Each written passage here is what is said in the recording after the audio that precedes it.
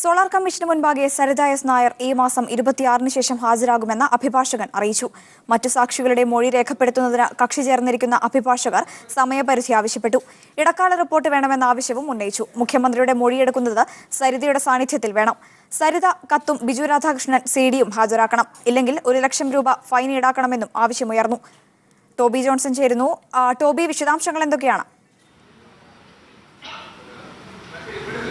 അഞ്ജന, തീർച്ചയായിട്ടും അഭിഭാഷകരുടെ ഭാഗത്തു നിന്നും ശക്തമായിട്ടുള്ള ആവശ്യങ്ങളാണ് ഉയർന്നിരിക്കുന്നത്. കാരണം സോളാർ കമ്മീഷന്റെ കാലാവധി 27-ാം തീയതി ഏപ്രിൽ 27-ന് അവസാനിക്കുകയാണ്. എന്നാൽ ഇതുമായി ബന്ധപ്പെട്ട തെളിവെടുപ്പുകൾ, മൊഴിയെടുക്കുന്നത് സാക്ഷികളിൽ നിന്നും സരിത ഉൾപ്പെടെയുള്ളവരിൽ നിന്നും അതുപോലെ തന്നെ മുഖ്യമന്ത്രിയിൽ നിന്നും മൊഴിയെടുക്കുന്നത് അടക്കമുള്ള കാര്യങ്ങൾ നീണ്ടുപോയൊരു സാഹചര്യത്തിലാണ് കമ്മീഷൻ ഇന്ന് അഭിഭാഷകരോടെല്ലാം തന്നെ ഹാജരാകാൻ ആവശ്യപ്പെട്ടത്.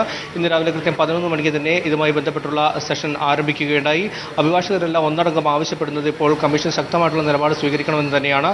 26-ന് ശേഷം സരിതയുടെ മൊഴി നൽകാൻ തയ്യാറാണെന്ന് സരിതയുടെ അഭിഭാഷകൻ അറിയിച്ചിരിക്കുന്നു. അതുപോലെ തന്നെ വരുന്ന മറ്റ് സാക്ഷികളുടെ കാര്യത്തിൽ ഒരു സമയപരിധി നിശ്ചയിക്കണമെന്ന ആവശ്യവും ലോയേഴ്സ് യൂണിയൻ അടക്കമുള്ളവർ മുന്നോട്ട് വെച്ചിട്ടുണ്ട്. ഏറ്റവും നിർണായകമായിട്ടുള്ള കാര്യം, മുഖ്യമന്ത്രിയുടെ മൊഴിയെടുക്കുന്ന സാഹചര്യത്തിൽ സരിതയുടെ കൂടി സാന്നിധ്യം ഉണ്ടാക്കണമെന്ന് ഇപ്പോൾ അഭിഭാഷകർ ആവശ്യപ്പെട്ടിരിക്കുകയാണ്.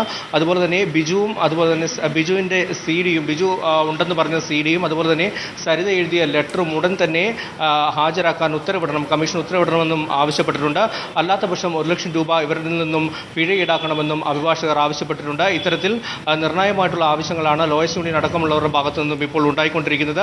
എന്തായാലും 6 മാസത്തിനുള്ളിൽ കമ്മീഷന്റെ കാലാവധി പൂർത്തിയാക്കി റിപ്പോർട്ട് സമർപ്പിക്കണമെന്നായിരുന്നു 2 വർഷം മുമ്പ് നിയമസഭയ്ക്കകത്തും പുറത്തും ഉണ്ടായ പ്രതിഷേധങ്ങളെ തുടർന്ന് തീരുമാനിച്ചിരുന്നത്. സർക്കാർ ഉത്തരവിടുകയായിരുന്നു കമ്മീഷൻ. എന്നാൽ 2 വർഷം കഴിഞ്ഞിട്ട് ഈ റിപ്പോർട്ട് സമർപ്പിക്കാൻ കമ്മീഷന് സാധിച്ചില്ല.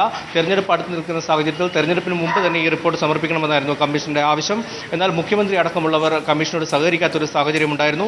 സരിത പലതവണയായി ഹാജരാകാമെന്ന് അറിയിച്ചിരുന്നുവെങ്കിലും ഹാജരായില്ല. 2 തവണ ഹാജരായപ്പോഴും പല കാരണങ്ങൾ പറഞ്ഞ് സരിത മൊഴി നൽകുന്നതിൽ നിന്നും ഒഴിയുകയായിരുന്നു. ഇതിനെല്ലാം കഴിഞ്ഞ ദിവസം തന്നെ സോളാർ കമ്മീഷൻ വിമർശിച്ചിരുന്നു. ഇത്തരത്തിൽ കമ്മീഷന്റെ പ്രവർത്തനം ഒരു പ്രതിസന്ധിയിലേക്ക് നീങ്ങിയ സാഹചര്യത്തിലാണ് കമ്മീഷൻ എല്ലാ അഭിഭാഷകരോടും ഇന്ന് ഹാജരാകാൻ ആവശ്യപ്പെട്ടിരിക്കുന്നത്. വ്യക്തമായിട്ടുള്ള നിലപാടുകൾ തന്നെയാണ് ഇപ്പോൾ അഭിഭാഷകർ വ്യക്തമാക്കിക്കൊണ്ടിരിക്കുന്നത് കമ്മീഷന് മുമ്പിൽ. അഞ്ജന. ശരി, ടോബി ജോൺസൺ ആണ് വിവരങ്ങൾ നൽകിയത് കൊച്ചിയിൽ നിന്നും.